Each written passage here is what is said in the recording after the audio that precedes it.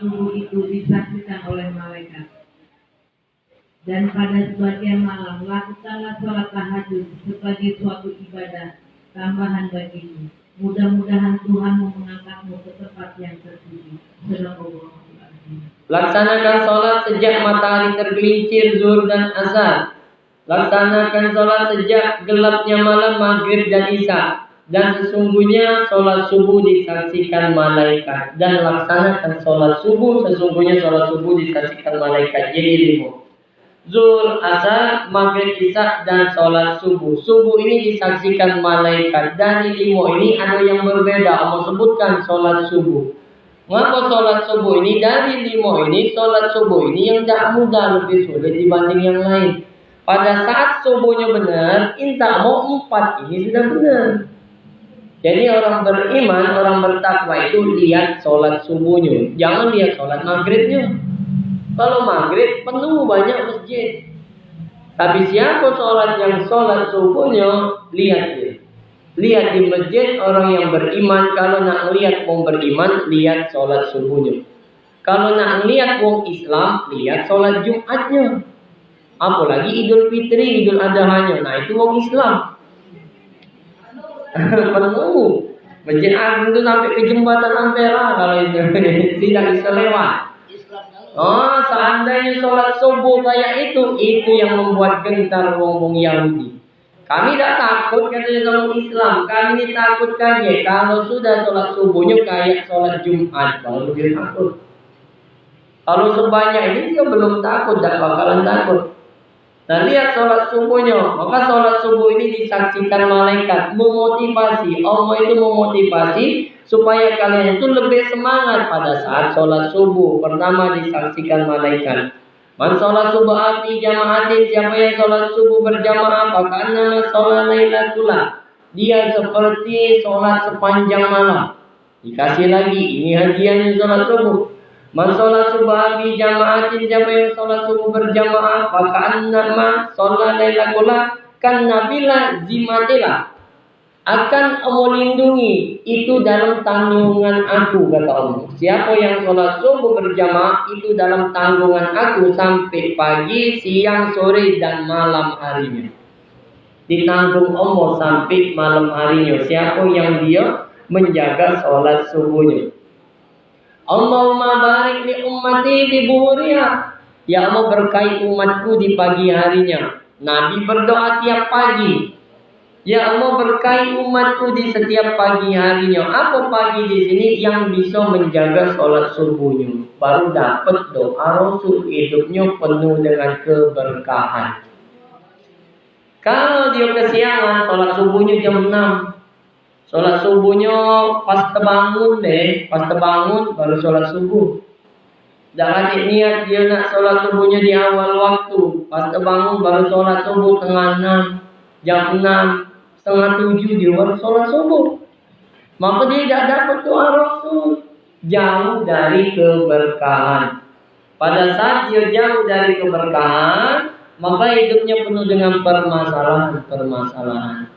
Maka salah satu ciri orang bermasalah itu sholat subuhnya siang, bangunnya siang.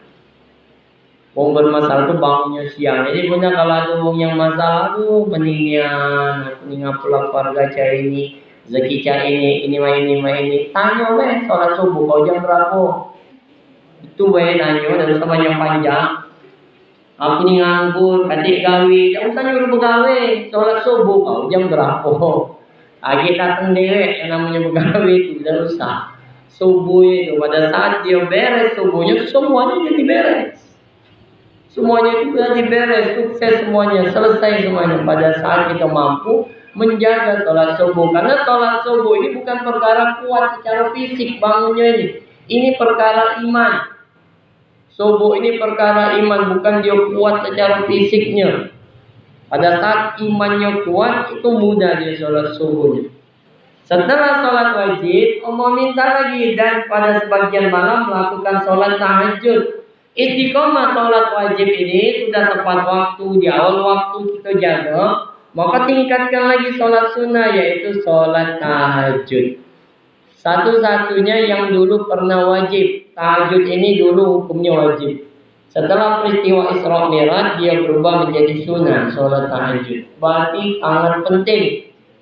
Apa dampaknya? Omo kasih balasan, maqamam mahmuda. Omo angkat ke tempat yang terpuji, diangkat derajatnya. Pada saat dia sudah sholat, wajib terjaga, dan juga dia tambah sholat tahajud, omo angkat derajatnya sholat tahajud. Mula-mula sholat tahajud itu namanya awal itu pasti sulit. Jangan kasih cara lain selain paksa tulah. Jangan kasih alasan capek lah. Aku ni banyak gawe, waktu lemah, baca tahajud. Aku ni jam 12 baru tidur. Tidak. Kalau sudah niat, pasti omong kasih jalan. Kalau sudah niat, pasti ada jalan. Tapi kalau tidak niat, pasti banyak alasan. Nak ngurus anak lah, ngurus cucung lah, ngurus kakek mulu lagi. Kakek aku ni baru sunat, jadi nak ngurus. Jadi malam dahulu aku ni tidur, nak baca sholat tahajud, macam-macam alasannya tu. Kalau tak kata niat, tapi pada saat niat ini sudah kuat, jam 12 tidur, masih kita terbangun sebelum subuh tu terbangun. Waktunya itu sebelum subuh. 10 menit, 15 menit selama belum subuh, boleh sholat lah itu tahajud.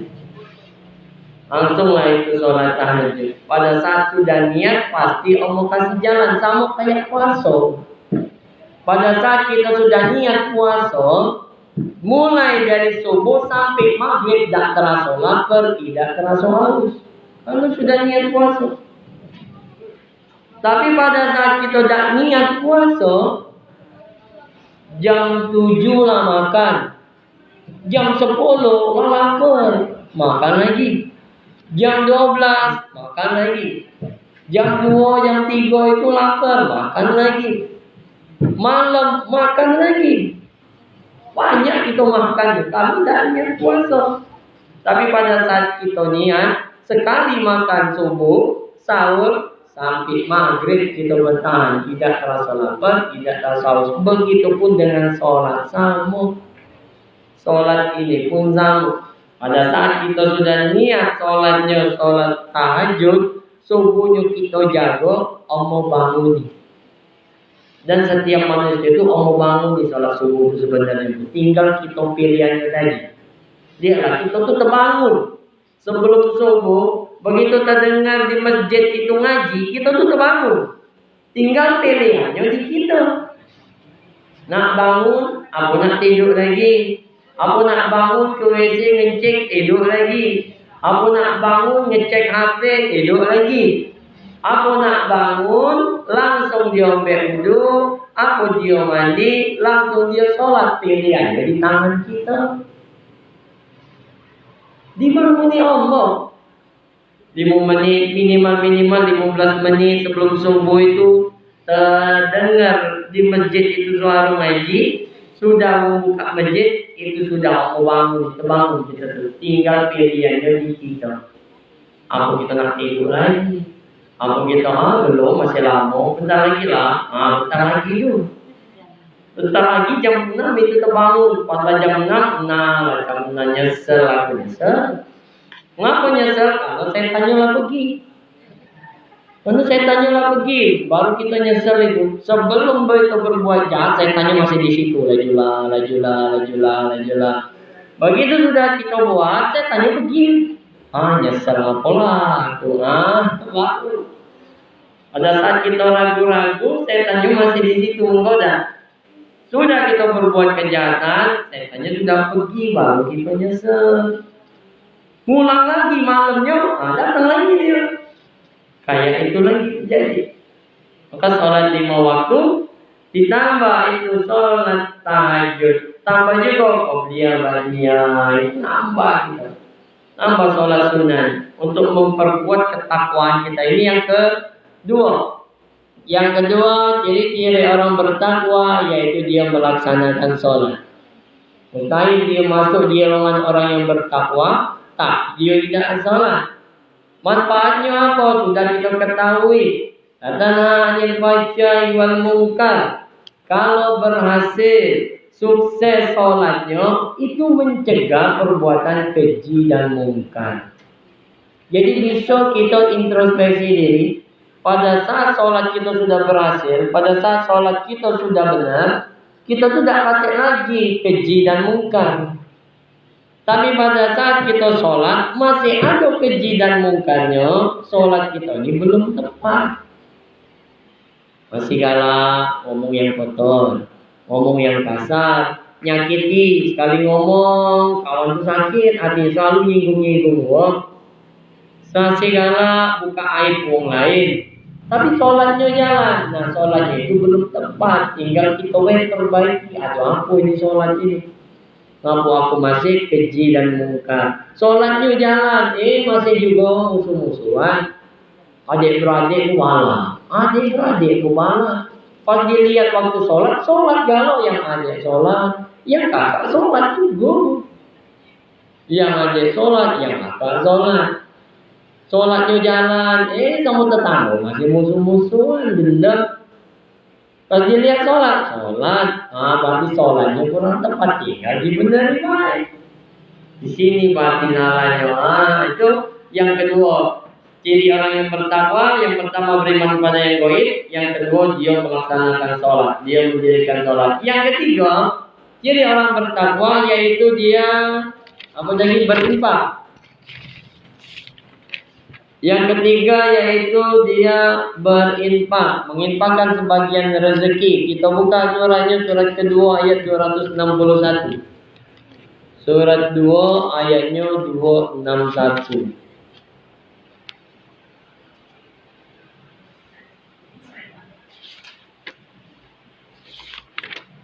Dua 261. Sekarang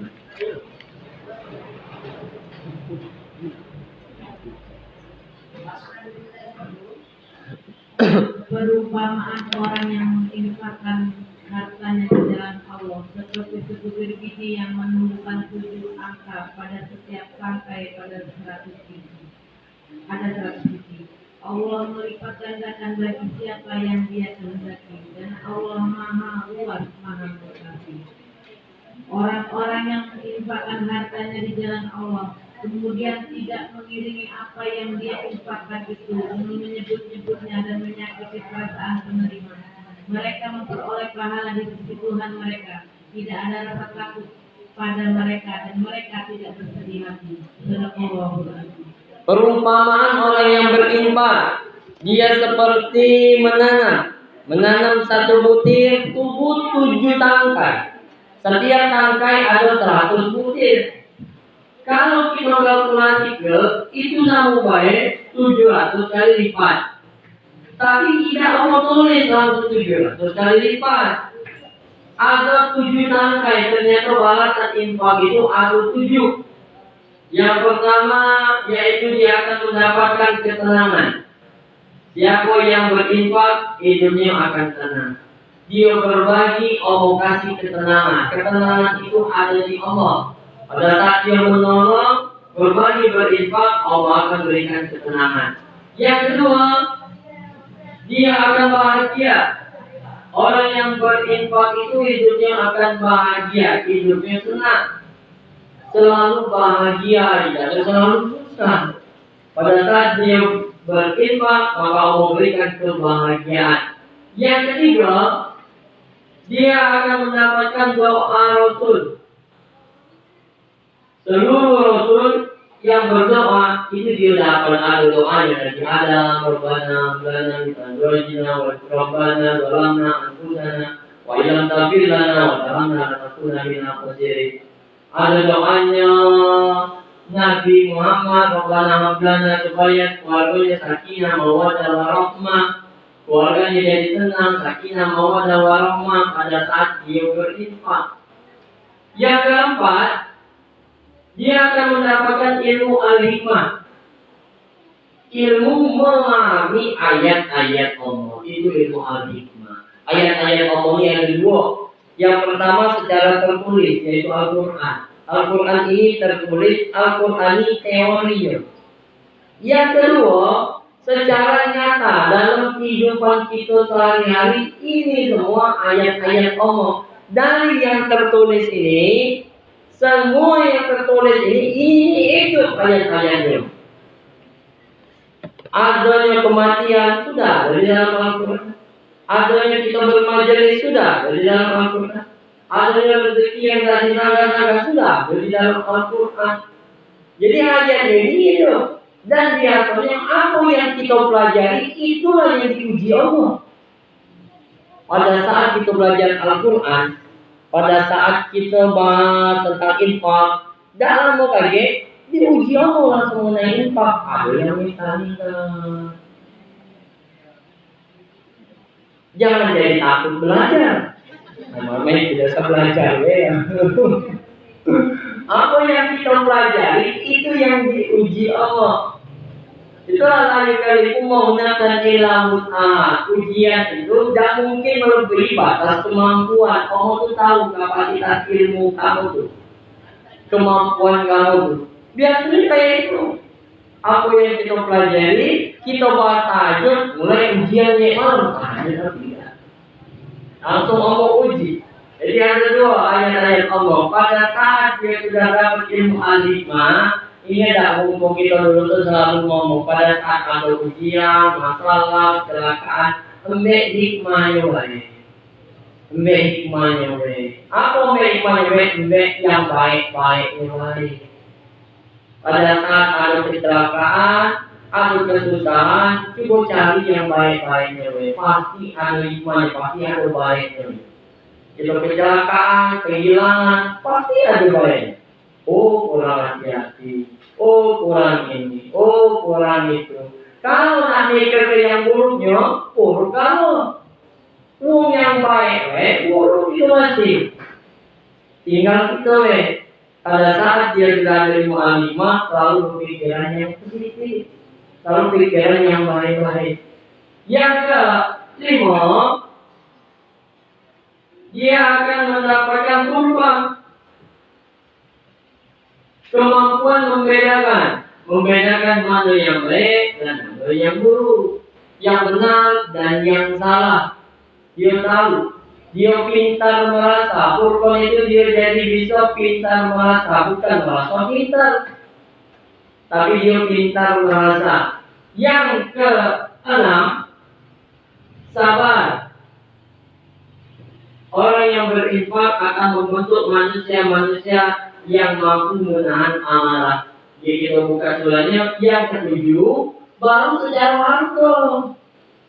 Harta yang bertambah. Atau di terakhir kita berinfak, belum dibalas secara harta. Yang ini sudah mau balas, yang ini sudah, harta itu terakhir. Ya berarti Allah kasih dulu ini ketenangan. Masalah banyak tapi tenang.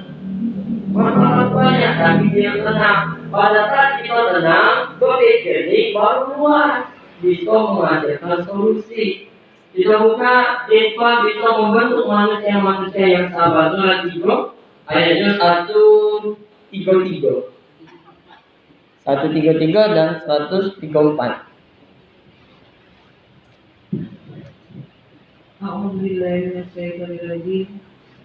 Dan bersegeralah kamu mencari keampunan dari Tuhanmu dan mendapatkan surga yang luasnya seluas langit dan bumi yang disediakan bagi orang-orang yang bertakwa, yaitu orang-orang yang berinfak baik di waktu lapang maupun sempit, dan orang-orang yang menahan amarahnya dan memaafkan kesalahan orang lain. Dan Allah mencintai orang-orang yang berbuat kebaikan. Shadaqallahul Adzim. Bersegeralah kamu mencari ampunan, mendapatkan supaya kamu mendapatkan surga yang luasnya langit dan bumi yang disediakan bagi orang-orang yang bertakwa. Siapa itu orang-orang yang bertakwa? Yang dia berinfak di waktu lapang dan sempit. Maka infak itu lapang dan sempit, kaya miskin, lapang sempit, sakit sehat, tua muda, tetap itu dia berinfak. Mengapa Allah minta lapang dan sempit, kaya ataupun miskin? infak yang namanya harta itu tidak ada mengubah karakter manusia. Harta itu tidak mengubah karakter manusia, tapi dia memperjelas karakter manusia. Apa memperjelas?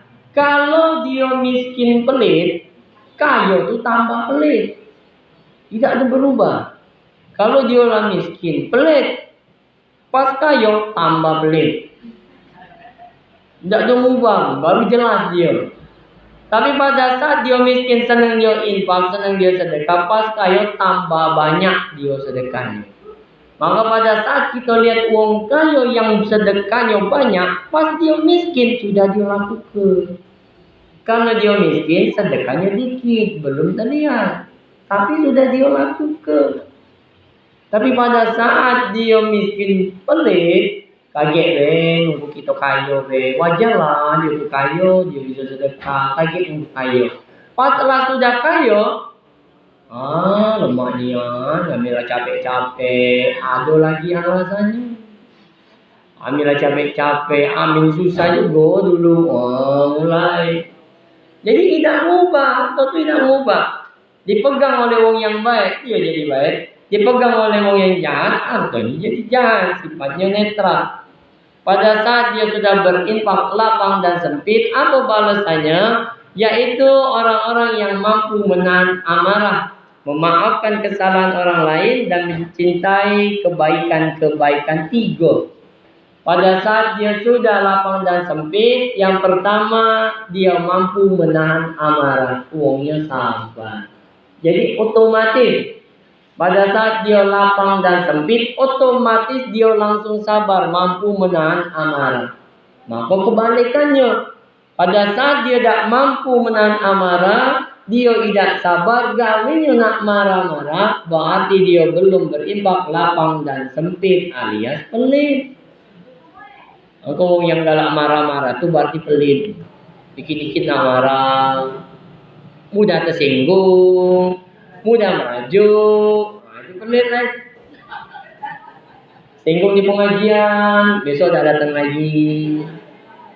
Cak kepintaran galau pengajian itu juga. Ngomongin cak kepintaran. Singgung di masjid, tak lagi dia sholat masjid situ tahan, dia nyari sholat masjid yang jauh. Pengurusnya cak kepintaran galau, habis sholat itu. Kau tu pelit. Mudah merajuk, mudah tersinggung. Pada saat kita diomongi, kita salah. Ada yang negur. Kalau normalnya, kita tuh terima kasih. Makasih kemarin aku salah. Jadi bisa melakukan perbaikan. Tapi ini kan tidak normal, nih. Tidak normal. Dikasih tahu kebaikan, dia marah. Tahan memutus tali silaturahim. Dia tersinggung, maka dia pelit. Itu berarti dia tidak mau berbagi. Dia tidak mau berbagi, dikit-dikit marah. Akhirnya dipanggil, wak marah. Wak marah, mama. Tadi ada kawan mama tuh. Siapa lah ya? Tidak tahu siapa. Pokoknya gawe itu nak marah-marah, iyalah tahulah mama itu, ibu itu. Jadi manusia itu benar kalau tidak tahu nama, dia nyebut ke karakter aslinya. Kalau tidak tahu namanya, nak ngasih tahu itu tadi, karakter aslinya disebutnya. Begitupun sebaliknya kalau dia baik. Tadi ada kawan mama yang mana? Yang galak ngasih kami permen itu yang baiknya. Disebut ke itulah manusia, asli manusia. Nak nyebut ke namanya tidak tahu, karakternya disebut. Sifatnya itu disebut. Dia mampu menahan amarah, memaafkan kesalahan orang lain, dia tidak pendendam. Pada saat ada yang salah, tidak dia dendam. Sebelum kau minta maaf, laku maaf keduluan. Yang ketiga, dia senang berbuat kebaikan-kebaikan. Ini infak, singkat langsung. Yang ketiga tadi berinfak jadi orang bertakwa. Nah, yang keempat yaitu Al-Quran. Orang-orang yang beriman kepada Al-Quran. Al-Quran, mulai dari mana kita akan bahas? Kemuliaan Al-Quran. Suratnya 44 ayat 2 dan 4. Suratnya 44 ayat 2 dan 4. Ayat 2, 3 dan 4. Surat 44.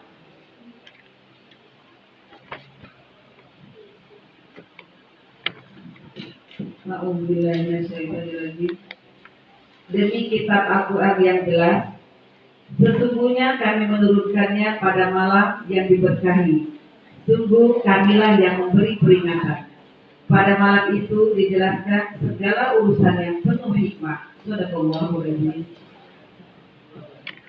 Al-Quran ini diturunkan di malam yang diberkahi. Malam itu sebenarnya malam yang biasa, malam sama dengan malam-malam yang lain. Tapi kan turunnya Al-Quran, malam itu jadi mulia, malam itu jadi berkah. Yaitu malam Lailatul Qadar. Dari 12 bulan, ada 1 bulan yang mulia, yaitu Ramadan. Mengapa Ramadan ini mulia? Karena di bulan itu turun Al-Quran. Mekah dan Madinah itu jadi mulia, beda dari kota-kota yang lain. Kenapa dia mulia? Karena turunnya Al-Quran.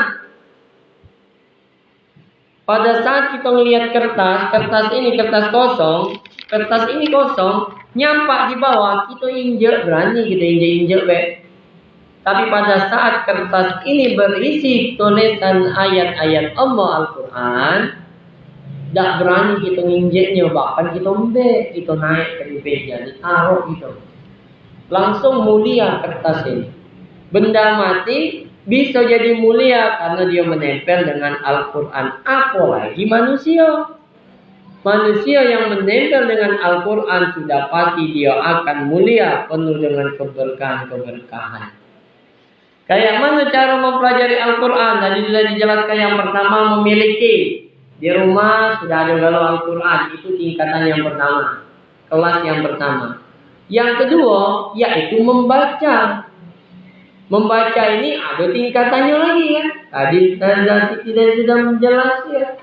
Ada ikhlas 1, ikhlas 2, ikhlas 3, ada juga makhrajal hurufnya. Kayak mana cara bacanya. Bismillah bukan bis, itu bis. Bismillah itu bis, bukan bis. Itu sama Ustazah Siti. Bis. Lah sudah 20 tahun kami ini Ustazah, bis tulang. Lah 20 tahun. Tak bisa nak seminggu berarti benerinya, malah sudah 20 tahun. Lama. Ngubah tinggal perasaan mudah, tapi biasa namanya lah kebiasaan itu. Butuh perjuangan nak ngubahnya. Itu mah jalurnya. Dengan Ustazah Siti ini sabar. Yang belajar dan mengajar, kalau sudah belajar itu harus sabar. Jangan mudah tersinggung. Yang diketahui. Hanya baca, berhenti dia langsung. Biasanya kalau pengalaman pertama wong 20, minggu kedua wong 15, minggu ketiga wong 10, minggu keempat wong 5. 5 inilah yang bertahan. 5 inilah yang bertahan. Nyusut dia. Karena itu penting kita membaca dengan tartilnya. Jangan fokus sama hasilnya, yang penting prosesnya. Gak usah nak cepet bisa. Yang penting prosesnya. Kita sudah berproses, lepas tanggung jawab, sudah berusaha ya Allah kali ini. Tapi belum nyampe tujuan, sudah lepas dari tanggung jawab. Jangan tidak sama sekali. Bertahun-tahun nak base tu lah dia. Base lah. Masih itulah. A'udzu billah, a'udzu kan. A'udzu. Kalau tahu sudah ada di Quran. Tak bisa kita lihat hurufnya kan. Karena kita pada sadar kata di Al-Quran, kita hafal kalau dengar tak tahu hurufnya kayak mana. Itu sama Ustazah Siti itu lah. Sabar, ayo. Itu baca, ada tingkatan. Yang ketiga yaitu memahami. Kita paham, sudah baca, kita paham. Di sinilah kita butuh bermajelis. Kita butuh guru, kita butuh kawan supaya kita paham. Untuk apa paham ini? Pada saat sudah paham, nah yang keempat supaya bisa diamalkan. Kelasan yang keempat ini terbagi lagi. Sudah dia paham, ada golongan orang yang bertakwa, sami'na wa ata'na. Kami dengar, kami lihat, paham, kami lakukan. Yang kedua golongan orang kafir, sami'na wa asaina. Kami dengar, kami lihat, tapi kami tak galak lakukan. Orang kafir itu tahu dia Al-Quran, tapi tak galak dia lakukan. Yang ketiga golongannya orang munafik. Sami'na, pikir-pikirna. Dia mikir-mikir dulu. Sudah lihat, sudah paham, dia mikir. Ada keuntungan tak untuk aku ini? Ayo kita majelis taklim. Lajulah, ngantuk, kami banyak sibuk. Siang-siang jam 2, sibuk kami banyak gawe, lajulah. Katik waktu, kata orang barat, time is money, waktu adalah duit. Berarti pada saat dia ngomong katik waktu kami ni majelis taklim katik waktu.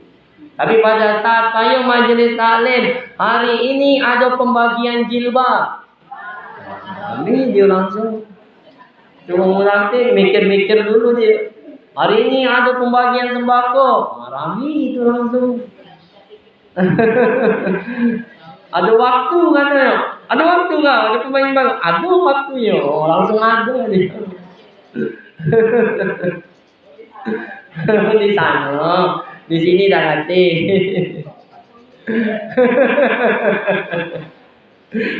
Di seberang, balik lagi seberang. Sebelah mana? Dia terbagi tiga jadi. Tahu orang kafir itu tahu, dia ngerti, dia Al-Quran, tapi dia dah galak jelas. Orang munafik dia tahu tapi mikir. Kalau ada keuntungan pribadi kami ikut. Tapi kalau dah kate, lajulah kamu tidak galak. Yang kelima yaitu kita berdakwah, menyiarkan, ngajak, wa tawassaw bil haqqi wa tawassaw bis sabr. Tak boleh kita tahu dewean. Aku kita ajak kayak ini baca Quran, kami belajar ini, ajak. Ada sekarang sudah canggih, ada WA tinggal nge-share kita itu sudah ngajak. Itu sudah ngajak kita. Perkara dia nak ngikut tidak, dah kita lepas tanggung jawab. Tak bisa kita paksa ke. Tak bisa kita paksa ke. Dan kita membacanya ini jangan buru-buru. Tak usah kita nak cepat-cepat. Bisa, tak usah nak cepat bisa, nak cepat selesai, tak usah. Karena Allah yang akan memasuki ke dada kita ini, itu Allah. Memasuki Al-Quran ini ke tubuh kita ini, itu Allah. Tak usah kita buru-buru. Manfaatnya apa Al-Quran? Yang pertama yaitu perkataan. Siapa yang baca Al-Quran, Al-Quran ini adalah perkataan yang paling baik. Pada saat dia sudah 5 ini dilakukan, lisannya ini jadi baik. Ucapannya ini selalu berkata-kata yang baik. Selalu ngomongnya yang baik. Tak pernah ngomong yang nyakiti, yang kasar, apalagi yang kotor. Selalu berkata-kata yang baik, ini manfaatnya. Situasi apapun, ucapannya selalu yang baik-baik. Kita ini kadang-kadang lagi senang, ngomong baik. Tapi kalau lagi kesel, segala isi kebun binatang itu keluar. Kalau lagi kesel. Kayak awal bulan tuh ngomongnya baik-baik terus itu. Pas akhir bulan, mulai. Sudah. Dari ucapan, maka akan timbullah perbuatan-perbuatan. Ucapan yang baik akan menimbulkan perbuatan yang baik. Jadi Al-Quran ini membentuk manusia-manusia yang berakhlak mulia. Akhlaknya sedikit-sedikit Allah perbaiki pada saat dia mempelajari Al-Quran. Mungkin itu sudah masuk waktu zuhur. Yang kelima tadi yaitu beriman kepada hari akhirat. Pada saat sudah mempelajari Al-Quran, kita sudah tahu. Otomatis kita sudah beriman. Bukan lagi cuma sekedar dunia. Tujuan kita sudah akhirat. Pada saat kita sudah benar mempelajari Al-Quran, dunia ini sudah cuma lewat deh. Tujuan kita cuma langsung kita ke akhirat. Tujuan kita yaitu balik lagi ke rumah kita, yaitu surga sebagaimana Nabi Adam alaihissalam. Semoga bermanfaat. Semoga kita bisa sami'na wa ata'na. istiqomah kita dalam kebaikan, istiqomah kita dalam kebenaran, istiqomah kita dalam keimanan, istiqomah kita dalam ketakwaan. Kita baca surah Al-Fatihah yang tadi sudah berinfak, lalu infak kita 200.000. Semoga yang sudah berinfak Allah balas 700 kali lipat. Allah bimbing keluarganya menjadi keluarga yang sakinah, mawaddah, warahmah. Anak cucunya, keturunan-keturunannya menjadi orang-orang yang soleh dan solehah. Al-Fatihah. A'udzubillahi minasyaitonirrajim. Bismillahirrahmanirrahim. Alhamdulillah. Iya.